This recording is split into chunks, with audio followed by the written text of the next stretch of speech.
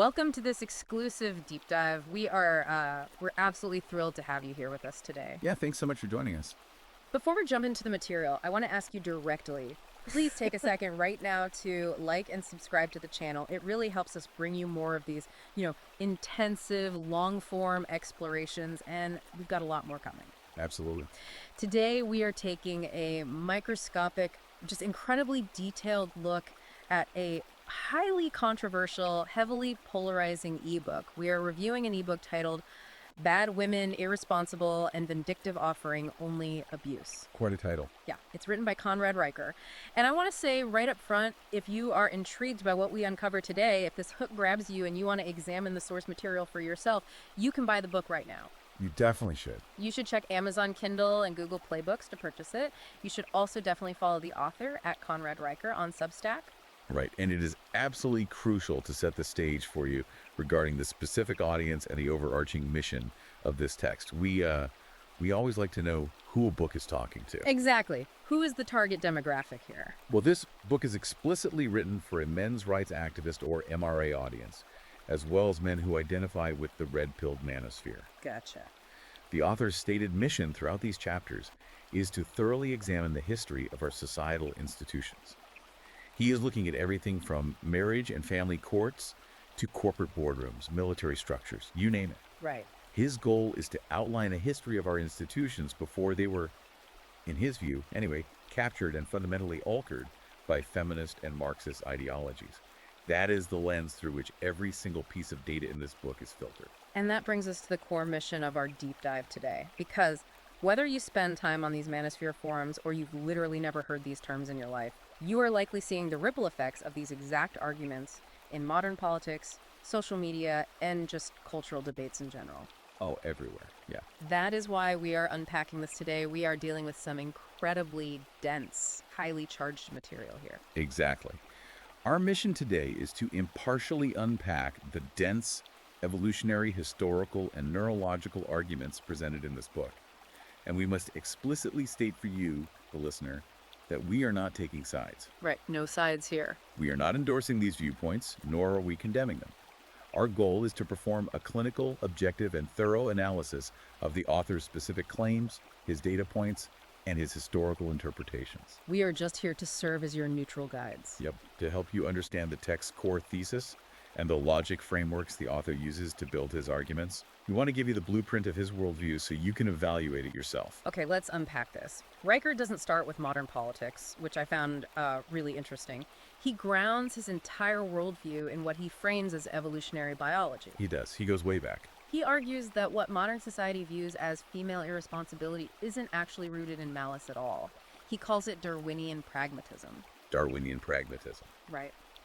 According to the text, this is a survival mechanism wired into human biology over 200,000 years to essentially minimize personal risk while maximizing the acquisition of resources. And the anthropological data he pulls to support this is highly specific.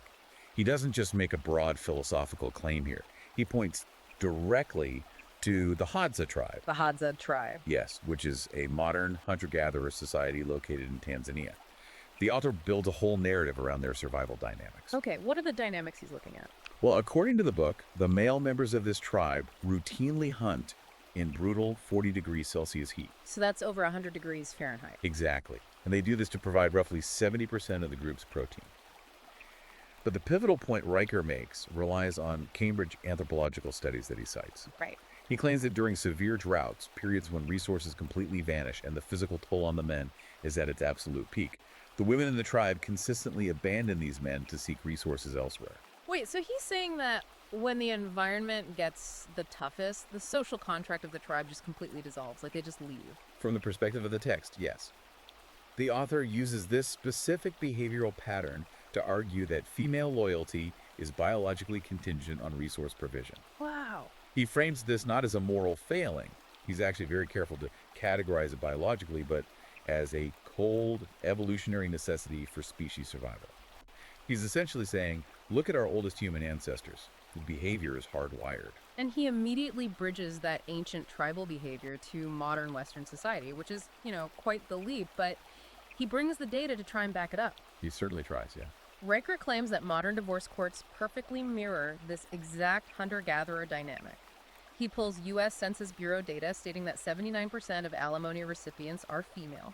And how exactly does he connect that to the Hadza tribe? He argues that this statistic is proof that modern legal frameworks structurally reward female recklessness.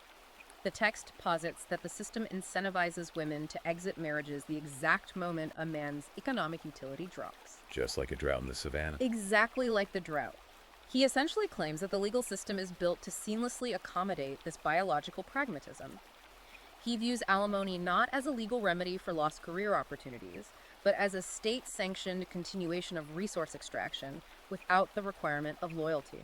If we connect this concept of biological pragmatism to the broader picture Riker is painting, we arrive at what he terms the Atlas reflex. The Atlas reflex. This might be the most foundational concept in the entire book. Riker theorizes that male biology is uniquely and specifically wired for crisis management and burden bearing. Atlas obviously referring to the Greek Titan holding up the sky. Right. To back this up, he delves into neurology. He points to functional MRI scans, fMRI scans, conducted at the Karolinska Institute in Sweden. Can you explain exactly what he's pulling from those fMRI scans? Because he gets really into the weeds on the neuroscience here. What is he looking at? Certainly. So an fMRI measures brain activity by detecting changes associated with blood flow. Riker is looking at studies dealing with how the brain processes an ambiguous threat. An ambiguous threat. Yeah, think of an ambiguous threat as a sudden loud noise, a shadow moving in your periphery, or even a sudden drop in a stock market index. Something that signals danger but lacks immediate context. Okay. According to the text, these scans show that male brains process these ambiguous threats a full 3 seconds faster than female brains. 3 seconds. 3 seconds in neuroscience is an absolute eternity. Exactly. Riker argues that this neural gap, this split-second difference in processing danger and moving from the amygdala's panic response to the prefrontal cortex's action response, is precisely why men completely dominate fields that require instantaneous life or death judgments. So it's not a social thing for him. No, he's arguing that the Atlas reflex isn't a social construct at all. He says it's a measurable biological imperative.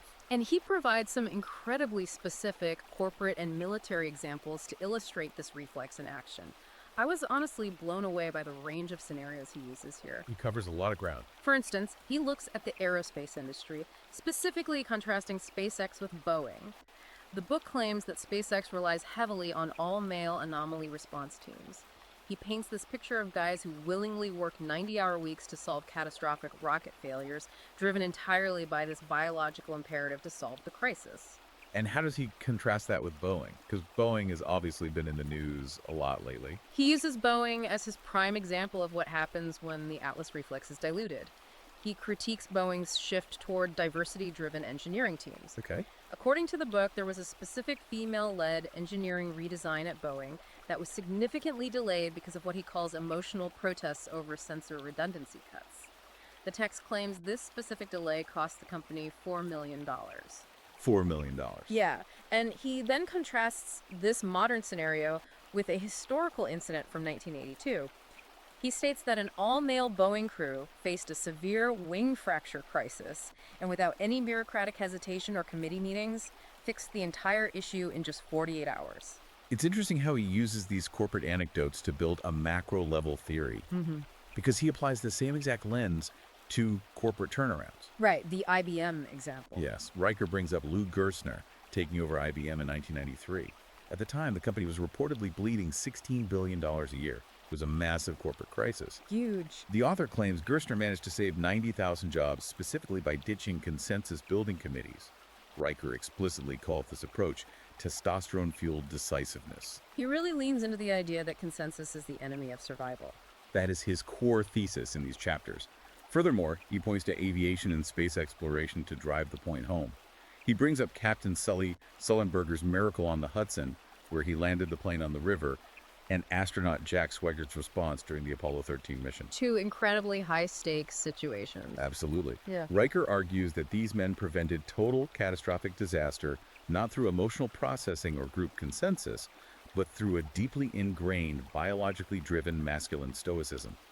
They assessed the threat and executed a solution without panicking. That leads directly into his critique of what he calls the motherhood mandate and his complete deconstruction of the myth of the matriarchy. Right. Having established that men are wired for the Atlas reflex, Riker forcefully asserts that matriarchal societies historically fail every single time. He argues this is because female biological wiring inherently prioritizes social harmony, inclusivity, and consensus over the cold mathematical threat calculus required for a society to survive external dangers. This raises an important question regarding his historical evidence, because claiming matriarchies always fail is a massive anthropological statement. It is a huge claim. To support this, Riker points to the Mosuo tribe in China, which is frequently cited by anthropologists as a functioning matriarchal society. But the book claims that while the women successfully ran the social structures and the familial lineages, the society hit a hard ceiling. A ceiling in what way? Riker states that the moment the tribe needed to build modern infrastructure, specifically bridges that required heavy crane operation in freezing, hazardous conditions, the female leadership balked. The risk was too high. The text claims the society ultimately had to import male engineers from Beijing to complete the infrastructure. So he's saying matriarchies work fine for village cohesion, but fail at industrialization. That is his exact argument. And he goes back even further in history. He cites archaeological data from the Saddlehoyuk dig in Turkey, which is an ancient Neolithic city. Okay, the Neolithic era. Right. Riker claims that the archaeological record shows a period where women took prominent leadership roles. According to his interpretation of the dig, these female leaders redirected community labor away from male-optimized irrigation projects, which were critical for survival, and toward communal pottery festivals. Pottery festivals. Yes. The text claims this shift in priorities allegedly caused a 40% drop in harvest yields, ultimately leading to mass starvation. Wow. He really spans the timeline to make this point. He also brings up Viking and Spartan societies, analyzing actual bone fragments. Oh yes, the bone fragment. The book argues that when you look at periods where parenting was left solely to mothers because the men were away at war for extended periods, child mortality spiked dramatically. Riker claims this proves that segregated parenting, where men are present to enforce discipline, physical boundaries, and survival skills, is biologically essential for a civilization to endure. If the author believes that the corporate world, the ancient world, and the human brain are fundamentally wired this way, how does he apply that to the modern interpersonal dynamic? Because that seems to be the logical next step in his framework. That is exactly where he goes. In the next section of the book, Riker tackles what he calls the modern double bind, and a concept he heavily labels toxic femininity. Toxic femininity. Here's where his sociological critique really takes center stage. He introduces the masculinity trap. He argues that modern society aggressively and constantly demands that men be vulnerable, that they open up, that they cry and show emotion, but then society ruthlessly punishes them when they actually comply with that demand. The author relies heavily on sociological and corporate data to construct this argument. He cites a highly specific University of Michigan dating app study which tracked millions of profile interactions.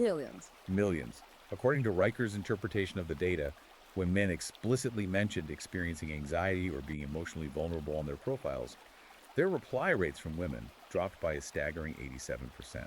87%. That is a massive drop. It is. And he pairs this dating data with professional data. He brings in a 2019 study published in the Journal of Applied Psychology regarding the confidence penalty. Riker claims this study proves that men who display vulnerability or admit to feeling overwhelmed during salary negotiations are subsequently rated 15.7% less competent by both their peers and their superiors. Wait, clarify that for me. He's claiming that if a man asks for a raise and admits he's stressed about his workload or feeling burnt out, it actually hurts his perceived competence in the eyes of his boss. According to the text, absolutely. But Riker's premise is that the biological expectation for the Atlas reflex is so ingrained that when a man deviates from it when he shows vulnerability, society instinctively recoils, regardless of what modern HR policies claim to encourage. And he illustrates this with several high-profile pop culture and corporate anecdotes to make it concrete. He points to former NFL star Jason Witten. Right, the football player. Yeah. Riker claims that when Witten cried during a press conference, a moment of genuine emotional vulnerability, opposing teams, and even his own management later used that display of emotion against him in contract talks, explicitly citing eroded competitiveness. Wow. He also contrasts the public reception of actor Chris Hemsworth. How does Hemsworth fit into this? Riker notes that Hemsworth is universally praised, rewarded with millions of dollars, and idolized for his violent, dominant, hypermasculine portrayal of Thor. But the book claims that when the actor opened up on a podcast about the deep emotional struggles of dealing with his children's autism, he was mocked by several media outlets as being narcissistic or making it about himself. It's a stark contrast. Furthermore, Riker shares a corporate anecdote about a tech CEO who was allegedly fired by his board of directors shortly after delivering a tearful, highly vulnerable TED Talk. Riker then points out the hypocrisy, claiming that when female executives cry in the boardroom, it is universally applauded by HR departments as a brave act of team building and authenticity. What's fascinating here is how Riker transitions from this sociological double bind into a very dark neurobiological critique of what he calls sugar-coated venom. Sugar-coated venom? Yes. He doesn't just say women are hypocritical. He delves into what he claims is the actual neuroscience of female vengeance. According to the book, fMRI studies conducted by Dr. Helen Fisher reveal a startling biological reality.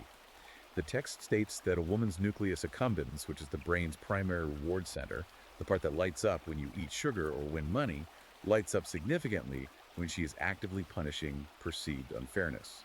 So he's saying that retaliation actually feels biologically rewarding, like eating sugar. He argues it is a deeply rewarding physiological experience, and he takes it a step further. Riker argues that female retaliation is intrinsically linked to hormonal cycles. Okay, how so? He cites endocrinology studies claiming that 78% of domestic violence reports involving female instigators occur during very specific biological windows, namely periods of progesterone dominance or when estrogen levels sharply dip. He posits that this makes female vengeance a premeditated, physiologically driven response rather than a purely emotional, spur-of-the-moment outburst. I was really struck by how he breaks down the specific microaggressions and verbal tactics he claims women use to deploy this venom. It's highly tactical. He warns his readers about a concept he calls coercive rapport. What does that look like in practice? It's a linguistic tactic where a direct demand or an order is disguised as a collaborative, friendly question. For example, instead of saying, "do this report," the phrasing is, "could we brainstorm on this report together?" Or, "do you think it might be a good idea if we..." Right, masking the command. Exactly. Riker argues this forces male compliance because it uses the social contract of politeness while simultaneously giving the woman complete plausible deniability if the man gets frustrated. He also identifies the specific phrase, "I'm not mad, but," as the ultimate red flag. He explicitly calls that phrase the nuclear launch code of female aggression, signaling to his readers that an emotional ambush is imminent. He even targets the physical acoustics of female speech, doesn't he? Yes, he goes after vocal fry. You know, that creaky, low-register vocal inflection that has become common.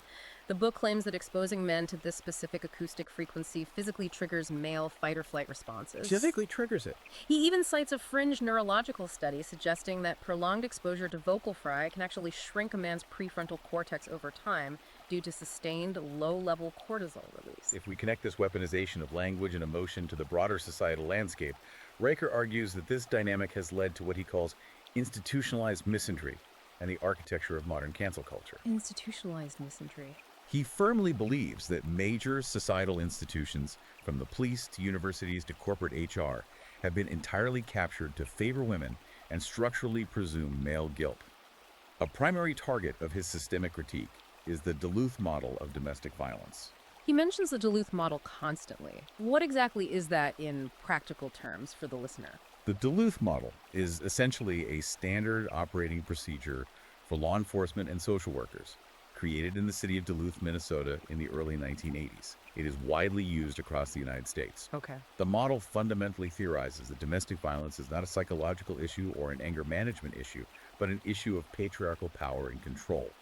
Riker argues that because this policing framework inherently assumes that violence stems from male societal privilege, it forces police officers to view men as the primary aggressors by default. So even if the evidence points the other way? The book claims this happens even in situations where physical evidence, or even witness testimony, allegedly shows that the woman initiated the physical conflict.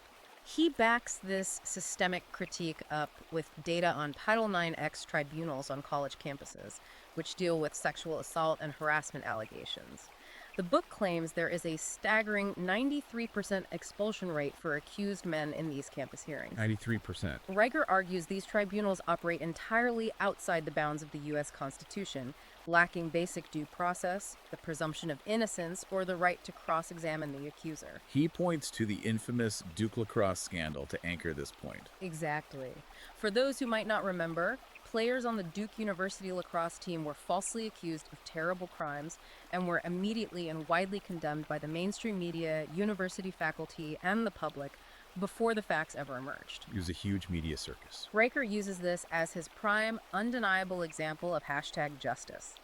He argues it proves that in modern society, an accusation from a woman is immediately treated as an automatic conviction, destroying the man's life regardless of the eventual legal outcome. This systemic legal critique logically flows right into part 3 of his text, which focuses heavily on economics. He dramatically terms this section financial vampirism and the betrayal blueprint. Financial vampirism. In Chapter 11, Riker advances the core argument that marriage, in its current legal iteration, is no longer a spiritual or social partnership, but functions primarily as a highly effective economic trap for men.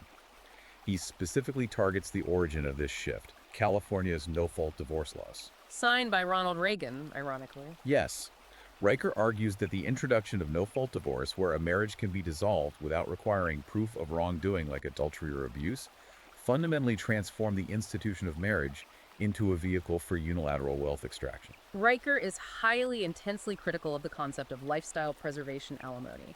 He argues that courts routinely and unfairly force men to fund the extravagant lifestyles of their ex-wives indefinitely, long after the relationship has ended.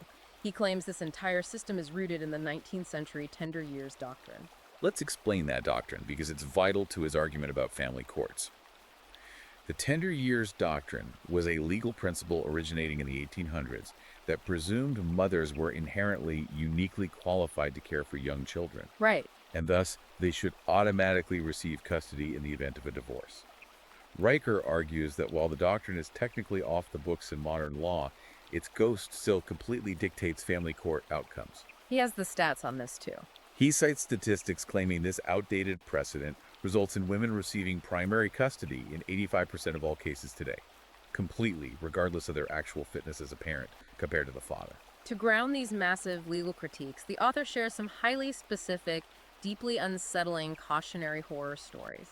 He wants his readers to feel the danger. He details the case of a man he calls Mark. Mark's story is wild. According to the text, Mark is a highly successful businessman who is reportedly ordered by the court to pay $40,000 in monthly alimony to his ex-wife. $40,000 a month. The catch: the ex-wife is openly cohabiting with her new, younger yoga instructor boyfriend. But because of specific legal loopholes regarding what constitutes a formal domestic partnership or marriage, Mark cannot legally stop the payments. He is subsidizing their life. He also shares the story of an electrician, highlighting that this isn't just a problem for the ultra-wealthy. Right. He details an electrician who is working grueling, back-breaking 80-hour weeks solely to afford the court-mandated child support and alimony payments. Payments that, Riker points out, are being used by the ex-wife to fund a luxury Mercedes. So he's working 80 hours for her car. The author uses these deeply emotional narratives to argue that the legal system actively, intentionally punishes male productivity and labor while structurally rewarding female indolence. After establishing the financial trap of divorce, Riker moves into the logistics of how these marriages often fall apart, presenting what he cold-bloodedly calls the cold equations of betrayal. The cold equations. According to the book, women are evolutionarily wired to be far more adept at covering their tracks digitally when committing infidelity. His logic here is rooted in evolutionary psychology. Ancestral women who successfully hid their affairs avoided violent retribution from their mates and therefore survived to pass on their deceptive genes. I was absolutely blown away by the data he pulled for this digital infidelity chapter. He brings in some intense modern data points to prove this ancient evolutionary trait. He points to the massive Ashley Madison data leak, the website designed for married people seeking affairs. Right, that was a massive leak. Riker claims that forensic analysis of that leaked data showed that 87% of female profiles utilized sophisticated burner emails and obfuscated IP addresses, compared to a drastically lower percentage for men who apparently just use their work or personal emails recklessly. He doesn't stop at email. He also cites data analyzing millions of Venmo transactions. Yes. He argues that data shows women in relationships withdraw significantly more untraceable cash from ATMs during periods of suspected infidelity, avoiding a digital paper trail of hotel or restaurant charges. And then there's the typing speed metric. And perhaps most surprisingly, and this is where his data gets incredibly granular, he references linguistic algorithms claiming that a woman's typing speed on her smartphone actually increases by 19% during illicit text chats due to adrenaline spikes. He frames all of this digital behavior as a biological arms race currently playing out in the cyber realm. And then he tackles what is arguably the most highly controversial subject in the entire manosphere, paternity fraud. This is the ultimate betrayal in evolutionary terms, allocating resources to genetic material that isn't yours. Yeah, this section is heavy. Riker cites a comprehensive 10-year study from a London medical clinic that analyzed routine blood tests. The study allegedly found a 12% discrepancy rate in paternity. Let me make sure I'm understanding the scale of this. He's claiming that roughly 1 in 8 fathers in that massive sample were unknowingly raising a child that wasn't biologically theirs. Exactly. A 12% rate of absolute genetic deception. He uses this to validate his theories on female pragmatism and resource extraction. He also discusses the modern phenomenon of sperm jacking. Sperm jacking. The book details alleged cases where women use discarded condoms retrieved from the trash or secretly freeze embryos without consent to intentionally impregnate themselves post-breakup. The goal, Riker argues, is to legally bind the man to 18 years of state-enforced child support against his will, securing a financial annuity. This raises a really dark question about how children actually fit into Riker's overarching thesis. If marriage is a trap and paternity is a risk, what happens to the kids? In part 4 of the book, Parenting Poison and the Exploitation of Victimhood, the author delves deeply into what he claims are maternal alienation tactics. Right. Riker argues that during and after a divorce, children are actively and maliciously weaponized by mothers.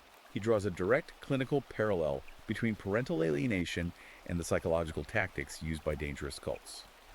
He specifically references the concept of love bombing, overwhelming a child with affection to create unnatural loyalty, only to withdraw it if the child shows affection to the father. He also compares the mother's behavior to human trafficking isolation techniques. He does. He actually cites an FBI framework for this, right? Yes, he cites the FBI's LOVER method, which is an acronym used to understand how traffickers isolate victims. It stands for locate, obfuscate, void, exhaust, replace. Locate, obfuscate, void, exhaust, replace. Riker maps this perfectly onto divorce. The mother locates a vulnerability, obfuscates the father's true intentions, voids the child's previous happy memories with the father, exhausts the child emotionally through constant drama, and finally replaces the father figure with a new narrative or a new partner. He argues mothers systematically use this framework to rewrite the child's reality. The neurological claims he makes regarding this alienation are intense. Riker states that sustained maternal alienation doesn't just cause emotional distress, it physically rewires a child's developing brain. The brain scan data again. He cites MRI scans allegedly showing shrunken amygdalas in children who have been subjected to long-term manipulation. According to the text, the mother turns the children into human shields for her own behavior and ATM guards, conditioning them to view the father solely as an antagonist and a source of money. Does he provide specific case studies for this? He recounts specific, jarring examples to drive this home. The book details a custody dispute where a father was simply in the kitchen microwaving a pizza. Just microwaving a pizza. The mother had allegedly conditioned their 6-year-old child to perceive any loud noise or basic activity from the father as a deadly threat, actively instructing the child to secretly dial 911 and report abuse. Riker uses this to show the depth of the brainwashing. That's horrifying. He also details the cottage industry that surrounds this, noting a court-mandated therapist billing $300 an hour just to have a child repeatedly draw family trees, and the existence of exorbitantly expensive reunification camps that fathers are legally forced to pay for out of pocket to repair the bonds the mother destroyed. What's truly fascinating here is how Riker scales this concept of manipulation. He takes it from the micro level of the family unit and scales it up to the macroeconomic level. He connects his view of toxic relationship dynamics to his view of broader society, exploring a concept he coined as victimhood capital. Victimhood capital, meaning victimhood is now a currency. Precisely. He compares the modern monetization of false grievances and victimhood to massive billion-dollar corporate frauds like Enron and Elizabeth Holmes' Theranos. He argues that just as Elizabeth Holmes used patriotic jargon, tech buzzwords, and her signature black turtleneck to completely bypass venture capital due diligence. Modern society uses the sacred language of victimhood trauma, oppression, systemic bias to bypass skepticism, avoid accountability, and extract massive resources. He lists several examples of these modern grifts from the text, showing how pervasive he believes this is. He points to GoFundMe campaigns that raise millions of dollars for completely fabricated domestic violence trauma or illnesses. Yeah, we've all seen those in the news. He highlights a bizarre, highly specific trend of women filming slip and fall tutorials on YouTube, teaching others how to commit insurance fraud in supermarkets. And he notes the explosion of TikTok influencers who literally post tutorial videos teaching their followers 10 ways to trigger workplace HR. 10 ways to trigger HR. These influencers are allegedly coaching people on how to use buzzwords to secure paid administrative leave or extort massive corporate settlements through completely false claims of a toxic work environment. This theme of manipulation seamlessly transitions into part 5 of his book, Historical Havoc and the Beauty Deception. Having covered biology, law, and economics, Riker engages in extensive historical revisionism to prove his point across time. He rewrites a lot of history here. He advances the core argument that throughout human history, female figures have wielded what he terms relational trust as geopolitical artillery. He claims that women who find themselves in proximity to power use intimate access to enact destructive, self-serving agendas, completely bypassing merit, logic, and the Atlas reflex that built the society. The specific historical examples he unpacks are quite detailed, and he really flips the traditional narratives on their head. Take Cleopatra, for example. He argues that Cleopatra didn't just have a tragic, sweeping romance with Julius Caesar and Mark Antony. Not according to Riker. Riker claims she deliberately, mathematically used sexual seduction as a weapon to completely bankrupt Rome and Egypt's treasuries and shift the entire balance of Mediterranean geopolitical power for her own ego. He also looks at European and Asian history. Right. He points to Catherine de' Medici in France, asserting that her maternal instincts were completely inverted when she allegedly poisoned communion wafers during the French Wars of Religion to assassinate political rivals. Poisoned communion wafers. He brings up Empress Lu Ji of China's Han Dynasty, detailing her incredibly brutal physical mutilation of romantic rivals to consolidate absolute power. And perhaps most shockingly, he even targets Florence Nightingale, the founder of modern nursing. Florence Nightingale. The book claims that behind her saintly, lady with the lamp image, her private diaries reveal she actively and callously lobbied against the use of morphine for wounded, agonizing soldiers simply because it made the men unmanageable for her nursing staff. Moving from historical manipulation to physical manipulation, the author launches a harsh, uncompromising critique of the modern cosmetic industry, branding it a $300 billion global fraud. $300 billion. Riker claims that many high-end anti-aging creams actually contain specific alcohols and compounds that intentionally thin the dermis, temporarily tightening the skin but accelerating the underlying aging process to guarantee repeat customers. But his deeper point here isn't just about corporate greed, it's evolutionary. Exactly. He describes makeup and cosmetic surgery as a biological bait and switch. He draws a very provocative analogy to marine biology studies. He points to studies where male lobsters will literally exhaust themselves to death fighting over synthetic, artificial pheromones dropped into their tanks. The lobster analogy is wild. Riker argues that cosmetics function exactly the same way. They artificially trick male evolutionary instincts, which are seeking youth, health, and fertility markers, into pursuing and allocating resources to women who may not actually possess the biological fitness they are visually projecting. And he hits the topic of fertility incredibly hard to close out this section. Riker aggressively attacks the modern feminist narrative that women can have it all, that they can pursue a corporate career for 2 decades and delay motherhood indefinitely without consequence. He brings in the CDC data here. He cites CDC data claiming a massive 50% drop in female fertility by age 35. He points to the incredibly high failure rates, the physical toll, and the exorbitant emotional and financial costs of IVF for older women. And he contrasts this female biological clock sharply with male reproductive longevity. He does. He specifically cites Elon Musk, noting that Musk is fathering children well into his 50s while running multiple billion-dollar companies. Riker uses this to argue that biological reality heavily, undeniably favors the male timeline, and that society pretending otherwise is a dangerous deception that leaves millions of women childless and millions of men trapped by the biological bait and switch. After laying out these extensive, interconnecting critiques of biology, history, law, and corporate structure, Riker concludes his book with Part 6. He titles this The Reclamation Protocol. The Reclamation Protocol. This is where he shifts from theory to providing actionable, highly specific tactics for his MRA and manosphere audience.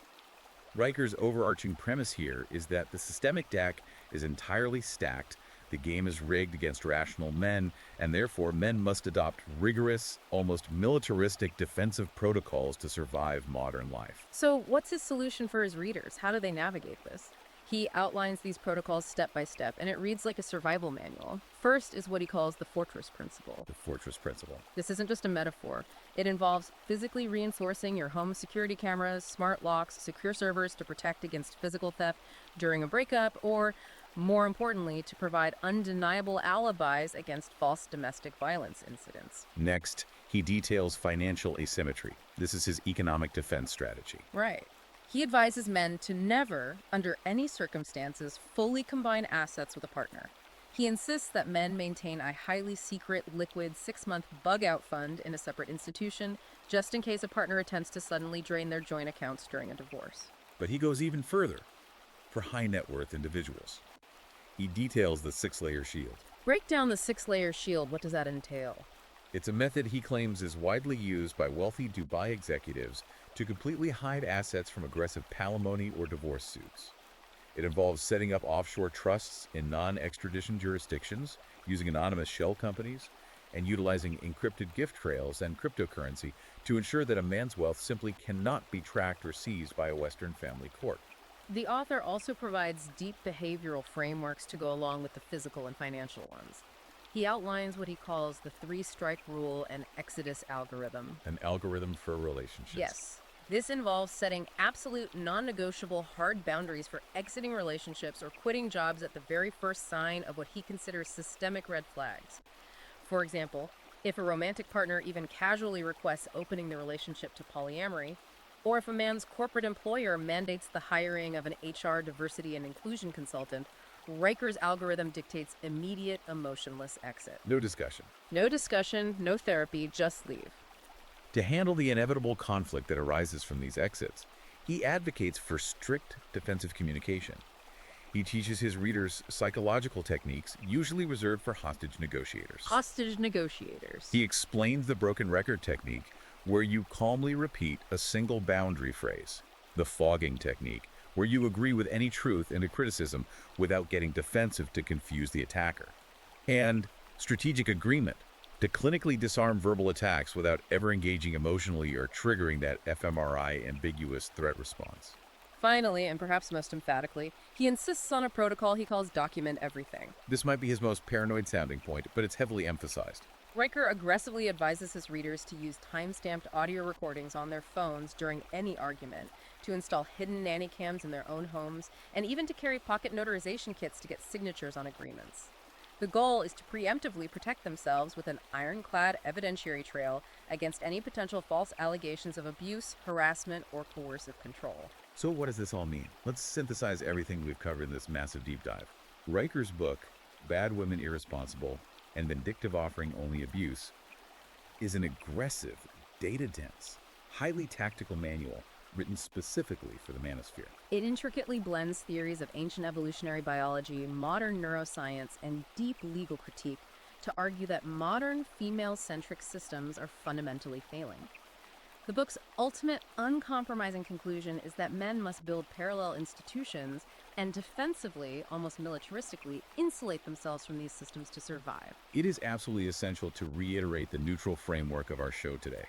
The goal of this deep dive was solely to impartially outline the viewpoints, the logic frameworks, the cited data, and the historical interpretations contained within this highly polarizing ebook. We have provided you with a comprehensive understanding of the source material's claims without endorsing or validating them. And as a final reminder, if you are hooked by this deep dive, if you want to look at the data, the footnotes, and read the source material yourself, you can buy the ebook right now on Amazon Kindle and Google Play Books. Don't forget to follow at Conrad Riker on Substack, and please hit that like and subscribe button for our channel so we can keep making these. But to leave you, the listener, with a final provocative thought to mull over, extrapolating strictly from the logic presented in the text. Riker argues that society relies entirely on male biological drives, what he calls the Atlas reflex, to maintain infrastructure, invent new technologies, fight wars, and prevent total societal collapse. But if modern legal and corporate systems continue to systematically pathologize and financially penalize those exact masculine traits, what happens a generation from now? If the biological scaffolding of society is actively dismantled in the name of social progress, does the building stand on its own, or do we fundamentally misunderstand the physics of civilization?